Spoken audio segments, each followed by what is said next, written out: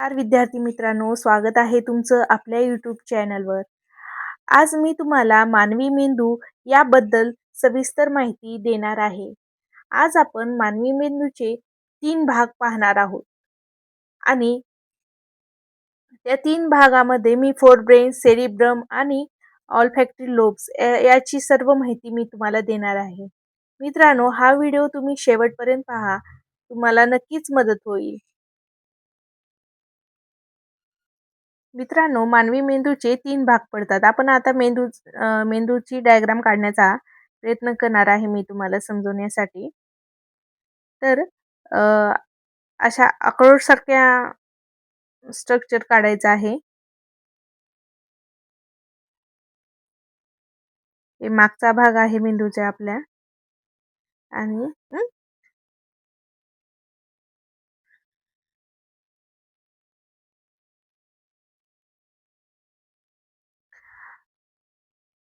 अ, हे मित्रांनो ह्याचे 3 भाग पडतात. अग्रमस्तिष्कचे मी तुम्हाला लिहून दाखवते. सर्वप्रथम ऑल्फॅक्टरी लोब, दुसरा सेरिब्रम, पुन्हा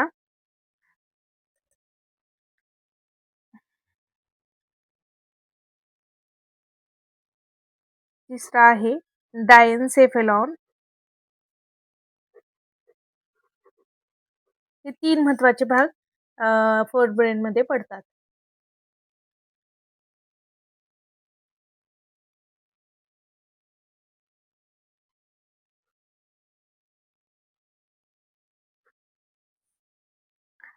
हे ऑल्फॅक्टरी लोब आहे, हे ऑल्फॅक्टरी ट्रॅक्ट.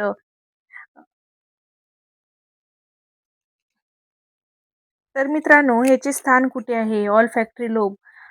अ, ऑल्फॅक्टरी लोब ऑल्फॅक्टरी लोब कुठे येतं? हे मेंदूच्या अगदी खालच्या बाजूला ऑल्फॅक्टरी लोब येतं आणि अ, आणि फ्रंटल बाजूला ह्याचं हे केंद्र आहे. हे डोळ्यांच्या खोबणीच्या वर म्हणजे नाकाच्या हाडाच्या वर स्थित असतं. आपल्याकडे 2 ऑल्फॅक्टरी बल्ब्स असतात. एक उजव्या व एक डाव्या बाजूला. हे लक्षात ठेवा. आणि याची रचना काय आहे? ऑल्फॅक्टरी बल्ब आणि ऑल्फॅक्टरी ट्रॅक्ट. म्हणजे बल्ब काय आहे तर एक लहान लंबवर्तुळाकार ओव्हल शेप आकाराचा काय फुगवटा आहे. त्याला म्हणतात ऑल्फॅक्टरी बल्ब. आणि ऑल्फॅक्टरी ट्रॅक्ट काय आहे तर हे एक लांब नळीसारखी रचना असलेले जे जे बल्ब पासून निघालेले म्हणजे इथून सिग्नल निघालेले मेंदूच्या उच्च केंद्राकडे म्हणजे सेरिब्रल कॉर्टेक्स कडे घेऊन जातात ही सगळे ट्रॅक्ट. कळालं? हे मग म्हणजे नाकाच्या आतल्या संवेदनाक्षम पेशीपासून निघणारे लहान तंतू या बल्बला जोडले जातात नाकापासून आपल्या. ही कपाळाच्या वर आहे, लक्षात ठेवा. आ? आणि यामध्ये घटक कोणते आहेत तर मिट्रल सेल्स आहेत, ग्लोमेरुल आहे. हे सर्व महत्वाचे घटक यामध्ये येतात. मिट्रल सेल काय आहे तर या पेशी सिग्नल गोळा करून मेंदूपर्यंत पोहोचतात. इथे सर्व पेशी आहे, पेशीने बनलेले आहे. त्याला त्यामधली एक मिट्रल सेल ही एक पेशी आहे जी सगळे सिग्नल्स मेंदूकडे घेऊन जाते. आणि ग्लोमेरुल काय आहे म्हणजे नाकातील नसा आहे आणि मेंदूच्या नसा एकमेकांना इथे जुळतात म्हणून त्याला काय म्हणतात ग्लोमेरुल. तर ऑल्फॅक्टरी नर्व पण आहे यामध्ये.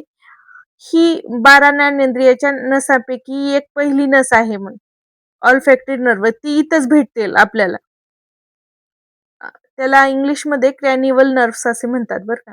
आणि याचं ऑल्फॅक्टरी लोबचं कार्य काय आहे तर वास ओळखणे, स्मेल ओळखणे, पुन्हा माहिती पाठवणे, डेटिकेशन्स, ट्रान्समिशन,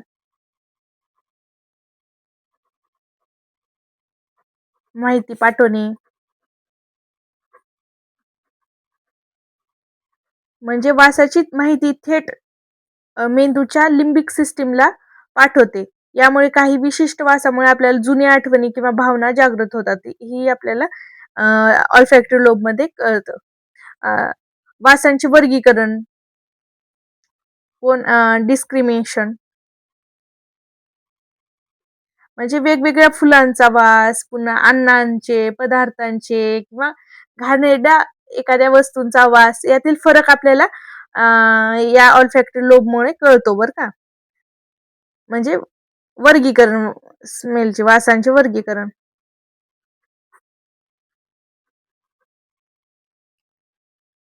यामुळे होते. पुन्हा काय स्वाद वाढवणे म्हणजे टेस्ट इन्हान्समेंट. आपण जेवतो तेव्हा अन्नाचा स्वाद ओळखण्यातही या लोपचा मोठा वाटा असतो. कारण चव आणि वास एकमेकांना संबंधित असते. म्हणजे किती काय स्वाद वाढवणे,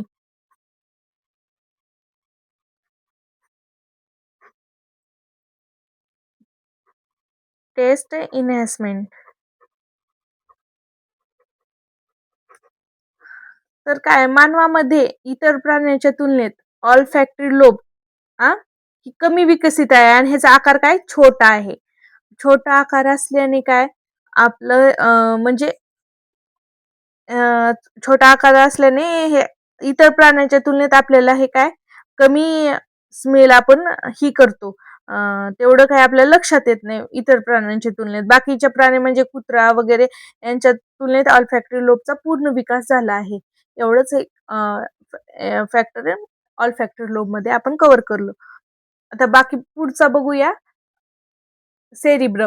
एवढेच फॅक्टर लक्षात ठेवा. डेडिकेशन, ट्रान्समिशन, पुन्हा डिस्क्रिमिनेशन आणि टेस्ट इन्हेन्समेंट एवढंच ऑल्फॅक्टरी लोबचं कार्य आहे. ते लक्षात ठेवा. म्हणजे वास ओळखणे, माहिती पाठवणे, वासांचे वर्गीकरण करणे, स्वाद वाढवणे इत्यादी आपण ऑल्फॅक्टरी लोबच्या माहिती लोबमुळे आपण हे कव्हर करतो. मित्रांनो आता पुढचा भाग फोर ब्रेनचा सेरिब्रम आहे. हा सर्वात महत्त्वाचा आणि सर्वाधिक विकसित भाग आहे. तो मेंदूच्या वजनाच्या सुमारे 80 ते 85% भाग या सेरिब्रममुळे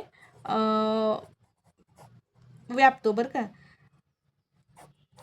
तर आणि ह्याची रचना काय झाली आहे तर फोर ब्रेनमध्ये काय झालं, जेव्हा दोन भाग पडतात तेव्हा सेरिब्रम आणि प्रमस्तिष्क असे म्हणजे दोन भाग पडल्यामुळे दोन गोलार्धात हे विभागले आहे.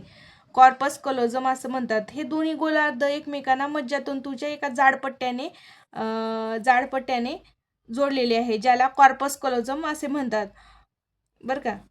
कॉर्पस कोलोजम दोन गोलार्धाला जोडलेल्या भागाला कॉर्पस कोलोजम हे दोन म्हणजे ह्याची काय तर ही गोलार्धामध्ये एकमेकांना माहितीची देवाणघेवाण कॉर्पस कोलोजम या थ्रू करतात. तर सेरिब्रल कॉर्टेक्स म्हणजे काय फोर ब्रेनचा बाहेरील थर म्हणजे फोर ब्रेनचा बाहेरील थर कोणता आहे तर ग्रे मॅटरने बनलेला आहे आणि आतील थर कशाने बनलेला आहे, आतील थर पांढऱ्या द्रव्याने बनलेला आहे. बाहेरील थर ग्रे मॅटरनं तर आतील थर पांढऱ्या मॅटरने व्हाईट मॅटरने बनलेला आहे. तर आणि यावर काय वळ्या आहेत, वळ्या आणि खाचा आहेत. तर मेंदूच्या पृष्ठभागावर अनेक उंचवटे असतात. हे सगळे उंचवटे ह्याला काय म्हणायचं, गायरस म्हणायचं, गायरस. आणि छोट्या ह्या खसदऱ्यांना काय म्हणायचं, सल्कस म्हणायचं. हे प्रश्न येऊन गेलेला आहे बरं का मित्रांनो. या वळ्यामुळे मेंदूचे क्षेत्रफळ वाढते. ह्याच्यामुळे मेंदूची काय वाढते, क्षेत्रफळ वाढते आणि ज्यामुळे अधिक चेतापेशी यामध्ये सामावून घेता येतात. आणि जास्त वळ्या तेवढी जास्त बुद्धिमत्ता असं म्हणतात. तर आता आपल्याला काय करायचे, सेरिब्रमचे 4 भाग पडतात. कोणते भाग पडतात, frontal lobe, partial lobe, parietal lobe आणि टेम्पोरल लोब व ऑक्सिपिटल लोब असे 4 भाग पडतात. ऑक्सिपिटल लोब 4 भाग पडतात. तर आता फ्रंटल लोब काय आहे, कपाळाच्या मागच्या बाजूला फ्रंटल लोब आहे. याचं कार्य काय आहे तर विचार करणे, तर्क लावणे, नियोजन करणे ऐच्छिक हालचालीवर नियंत्रण करणे असं ह्याचं कार्य आहे. शॉर्टमध्ये मी देते. म्हणजे इथे काय होतं, इथे काय ब्रोकाचे क्षेत्र आहे, इथं बोलण्यासाठी आवश्यक असते. हे ब्रोकाचे क्षेत्र फ्रंटल लोबमध्ये आपल्याला आढळून येते. तर पार्शियल लोब पॅरिटल लोबमध्ये काय म्हणतं, हे डोक्याच्या मध्यभागी आहे. कुठे आहे? डोक्याच्या मध्यभागी आहे. आणि ह्याचं कार्य काय आहे? याचे कार्य स्पर्श, वेदना,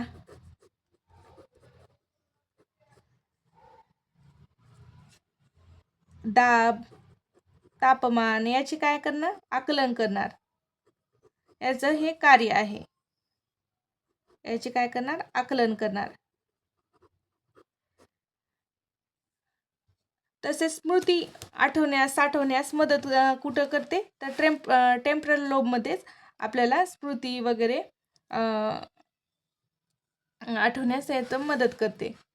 दिसत आहे ना मित्रांनो? तर काय टेम्परल लोबचं काय काम आहे? टेम्परल लोब कानाच्या वरच्या भागात हे टेम्परल लोब कार्य आहे. कुठं स्थित आहे हे? कानाच्या वरच्या भागात, वरच्या भागात हे स्थित आहे. याचं कार्य काय आहे? तर ध्वनी आणि भाषेचे आकलन हे सर्व ह्याचं कार्य आहे. ध्वनी व भाषेचे आकलन ह्याचं कार्य आहे.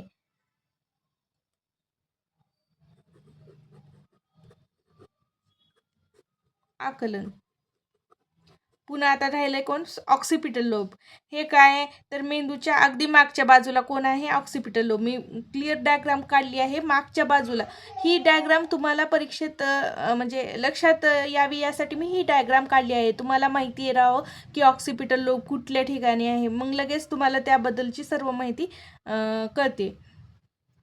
तर ऑक्सिपिटल लोब मेंदूच्या अगदी मागच्या बाजूला आहे. याचं काय काम आहे? हे दृष्टिविषयक म्हणजे विजन याचं महत्त्वाचं काम आहे. काय? विजन म्हणजे बघण्यासाठीच्या सर्व माहिती, इथं प्रक्रिया आणि सर्व कार्य म्हणजे यावर प्रक्रिया करणे आणि अर्थ लावणे हे सर्व कुठं होतं? ऑक्सिपिटल लोबमध्ये होतं. कळालं? तर आता पूर्ण सेरिब्रमचंच कार्य काय आहे? तर उच्च मानसिक प्रक्रिया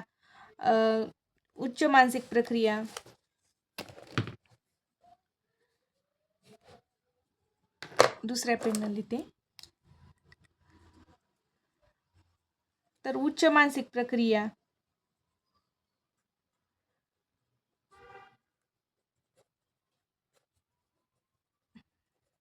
बुद्धिमत्ता, स्मृती, कल्पनाशक्ती आणि शिकवण्याची क्षमता यांचे हे मुख्य केंद्र आहे. तर ऐच्छिक हालचाली म्हणजे शरीराच्या सर्व ऐच्छिक क्रिया, उदाहरणार्थ काय? चालणे, बोलणे, लिहिणे हे सर्व सेरिब्रममुळे नियंत्रित होतात. लक्षात राहू द्या. आणि संवेदनांचे विश्लेषण म्हणजे म्हणजे पाचही ज्ञानेंद्रियाकडून म्हणजे नाक, डोळे, त्वचा, कान या पाचही ज्ञानेंद्रियाकडून काय होतात? संवेदनाची माहिती विश्लेषण करून त्यावर प्रतिक्रिया करतात. म्हणजे प्रत्येकांचे डिस्ट्रीब्युटिव्ह म्हणजे टच केलं तर काय, कोणत्या ज्ञानेंद्रियाकडे हे जाणार असं सर्व म्हणजे काय? संवेदनाचे विश्लेषण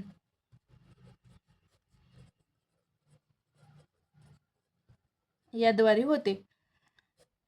पुन्हा ब्रोकाचे क्षेत्र, बोलण्याची क्षमता इथेच आहे.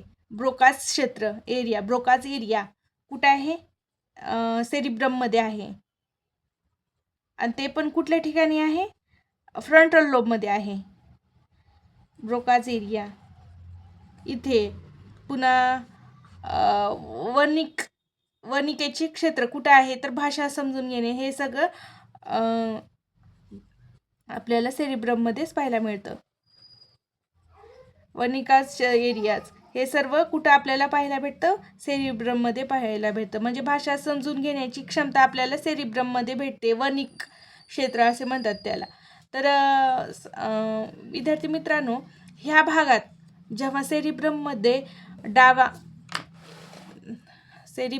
डाव्या साईडला काय होतं, काय डाव्या गोलार्धात काय गणित, तार्किक क्रिया, विश्लेषणात्मक कामासाठी डावा भाग ओळखला जातो.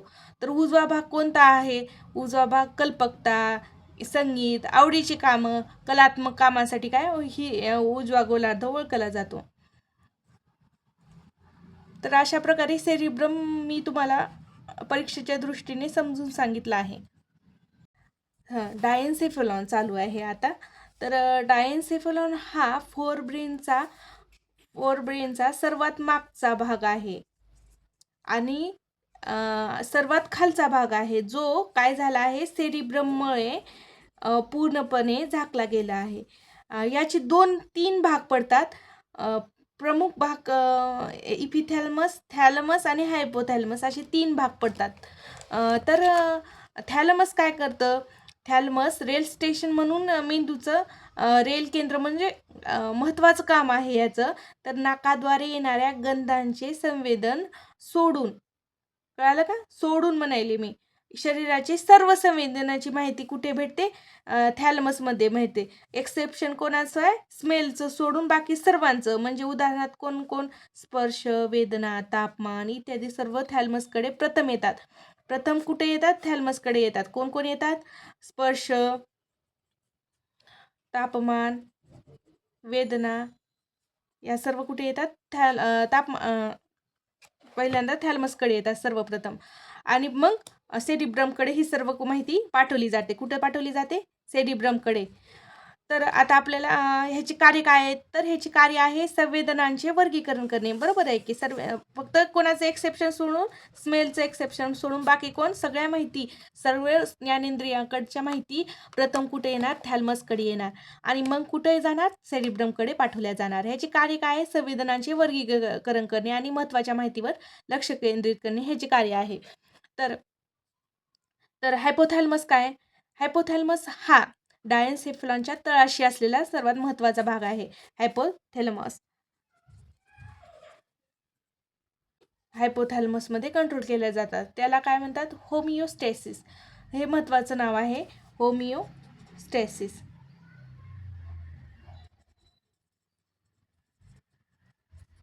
याद्वारे हे तापमान, पाण्याचे संतुलन, भूक, तहान याचे नियंत्रण येथे केले जाते. यामध्ये काय असतं? पिट्युटरी ग्लँड असते. यावरील नियंत्रण कोण ठेवतं? हायपोथॅलमस. म्हणजे काय? पिट्युटरी ग्लँडवर नियंत्रण कोण ठेवतं? तर हायपोथॅलमस ठेवतं. मग काय म्हणतात इथं? Master of master Gland. ह्याला काय म्हणायचं? मास्टर ऑफ मास्टर ग्लँड असं हायपोथॅलमसला म्हणलं जातं. तर जी शरीरातील इतर सर्व ग्रंथीचे काय करते? नियमन करते आणि त्यामुळे काय होतं? याला अंतःस्रावी संस्थेचा सर्वोच्च कमांडर असे म्हटले जाते, मराठीतून जर स्पष्ट करायचं झालं तर. इथे काय होतं? भावनांचे केंद्र आहे. म्हणजे हायपोथॅलमस कुठे आहे? भावनांचे केंद्र आहे. राग, आनंद, भीती सर्व इथे केंद्रित होतात. आता आपण बघूया इपिथॅलमस सर्वात महत्त्वाचा भाग आहे. हा डायन्सेफेलॉनचा सर्वात वरचा आणि पातळ भाग आहे. पातळ भाग आहे. यात काय आहे? पिनल ग्लँड आहे, जी मेलाटोनिन नावाचे संप्रेरक सोडते. पिनल ग्लँड जी मेलाटोनिन नावाची संप्रेरक सोडते.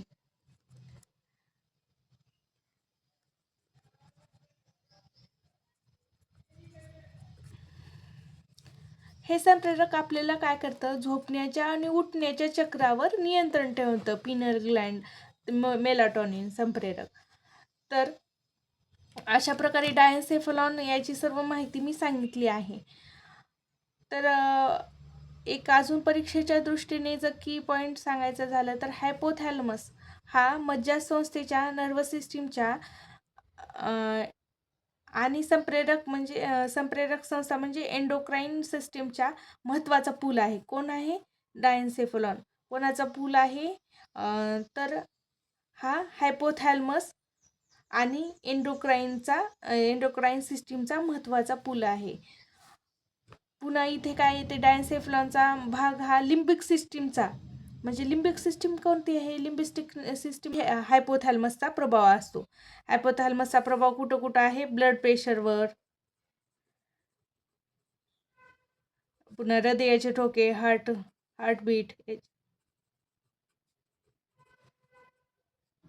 यावर काय हायपोथॅलमसचा प्रभाव असतो. तर हा अशा प्रकारे सर्व हा तिन्ही भाग मी कव्हर केला आहे. जर तुम्हाला ही सर्व माहिती आवडली तर व्हिडिओला सबस्क्राईब करा आणि या व्हिडिओला लाईक करा. जास्तीत जास्त होत करू विद्यार्थ्यापर्यंत हा व्हिडिओ पोहोचा. यामध्ये मी पूर्ण फोर ब्रेन कव्हर केला आहे. यामधल्या प्रश्न जर परीक्षेत पडला, कोणत्याही परीक्षेत असो, MPSC असो, इतर स्पर्धा परीक्षा असो, यामध्ये जर हा प्रश्न पडला तर तुम्हाला 100% ह्याचा एकही गुण मी घालवणार नाही. त्यामुळे हा व्हिडिओ शेवटपर्यंत पूर्ण बघा. थँक्यू. पुढील व्हिडिओमध्ये आपण भेटूयाच.